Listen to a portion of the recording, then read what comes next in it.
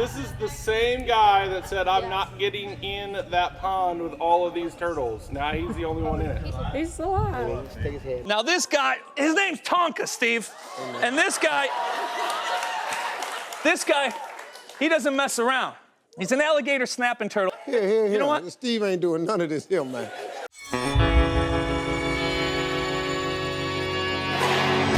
So what I'm gonna do is I'll cut the waders to here, and I'll take zip ties. Does that look like your buddy's foot?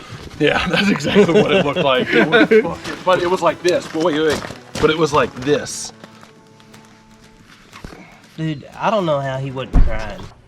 So the leg's not really broken, huh? No, it is broken right here. Just a hairline fracture, though. No, it's a clean break. Slight, though. No, it's broken. Broken, or just broken? It's a broken leg.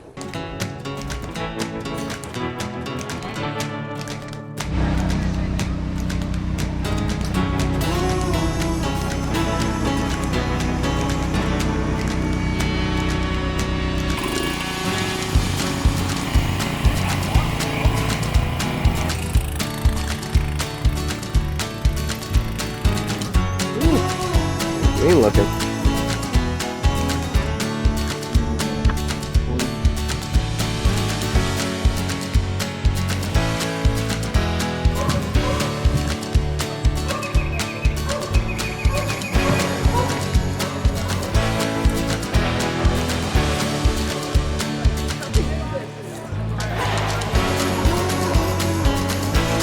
Give me a...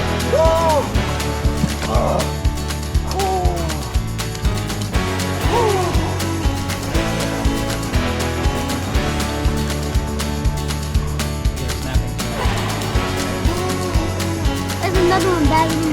Like further back? I saw this and I figured most of the 0.5.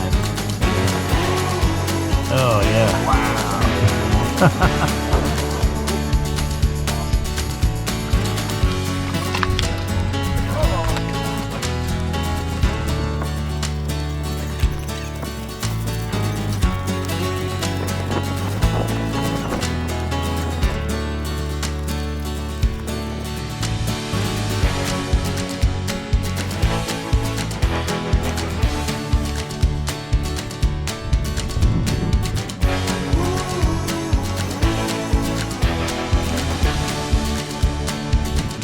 Okay, so about 3 years ago, when I walked into this turtle business, I had another building separate from this. It had been basically looked like a big closet with a heater in it, and that was the incubation room.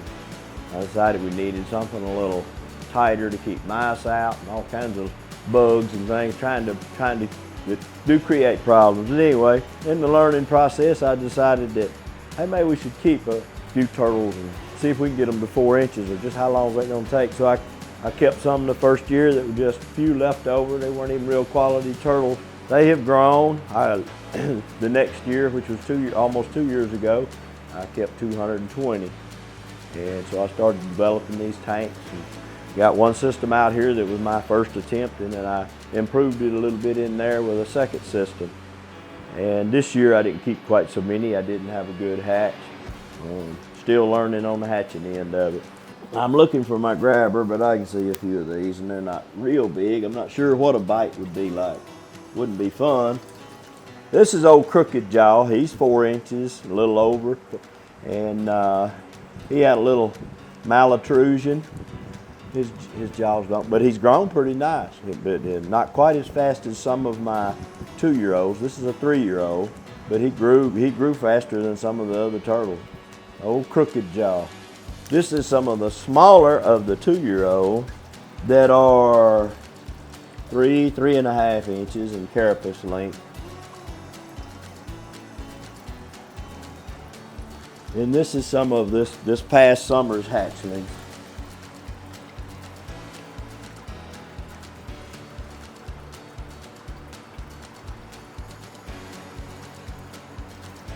And then in here are more of the 2-year-old one, almost 2. And there are several of these getting close to 4 inches. That was probably at least 3.5 to 3 3 3/4 length. You have to measure from shell to shell. Beautiful. Yeah, these captive turtles grow pretty fat. 'Cause I'm keeping them warm year-round, feeding them pretty regular schedule. This is a biological filter. It keeps the water clear. I first put water in here on top of that sand. It was so muddy. Oh my goodness, and a few water changes down here and it all cleared up. Huh. And then you get the biological growth started. It just collects all the stuff that tries to grow. It doesn't grow in the tanks.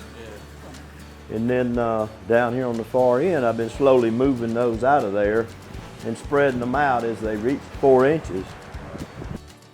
These have reached 4. Got one I think is pushing 4.5. This may be him. Oh yeah, he doesn't like to do that. Their little toenails are getting pretty sharp. Yes. In the wild, when they get up 6, 10 inches, they just really sharp. They'll scratch on you pretty good trying to catch them. Not necessarily in the wild. I found some in the ponds that just grew out in there. So this is this past summer. I have just a few that are born what they call pinks, hypos. Got that little pink color to their skin. A little pink around their eyeball. People like those in the pet trade. These are my incubation boxes that I put the eggs in. And they go in these incubators that are built, self-built out of drink cooler boxes.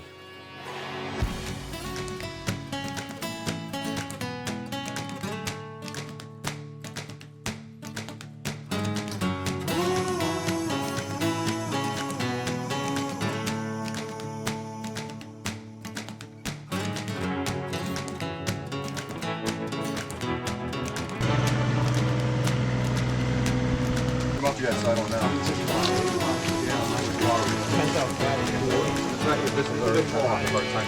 Oh no. Don't we gotta tear it out. Okay. Okay. All right. Oh. 142.7. All right, the biggest one we got. He probably hasn't been picked up in 35 years. Oh man, that's cold. I'm a maniac on the floor, and I'm dancing like I've never danced before. Oh yeah, Fell out the fucking dragon school. you ready? Come on. Ready? 1, 2, 3.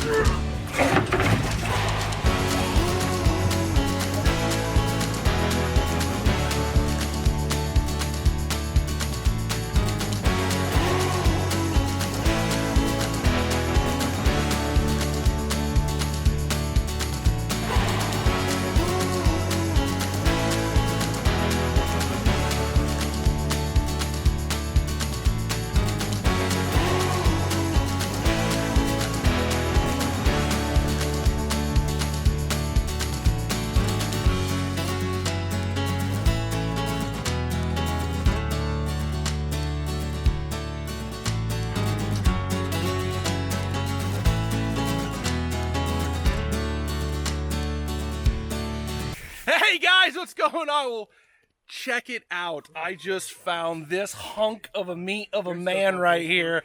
Garden like a Viking, and this is the Viking. And I'm telling you what, my subscribers, if you guys want to know anything about food stability, and storing food and preparing your food, you know, all of that kind of stuff, this is the man you need to learn to. Now, do you have any other channels? Is it just YouTube? What do you got? It's Garden Like a Viking is the YouTube, and you can check me out there. I'll show you guys how to make fertilizers, grow your own food, how to store it over the winter without refrigeration, all of the skills of our ancestors that have been lost. I'm bringing them back to life for you guys, so check it out. And you guys know that I've got a farm from the 1850s. I got a barn from the 1850s. My house is from the 1860s. And that is definitely the lifestyle my family is trying to attain. So I think you're going to see this pretty face at Hillstone Farm here pretty soon. So that's right. Definitely check him out and see what we can do together. All right? And I'm here with my buddy Steve Zupa. I met here in Dermont, Arkansas. But you guys, what I'm saying is, you need to go to his channel. The Kentucky Cave Dad, Steve Zupa. The Kentucky Cave Dad. You guys need to go check out his stuff. He's got great stuff. He's actually an ambassador for who? Who are you an ambassador for? Maker's Mark. He's an ambassador for Maker's Mark, and he's a Kentucky Colonel. He's right up there with Colonel Sanders, guys. You got to go check out his stuff. Follow him, all right?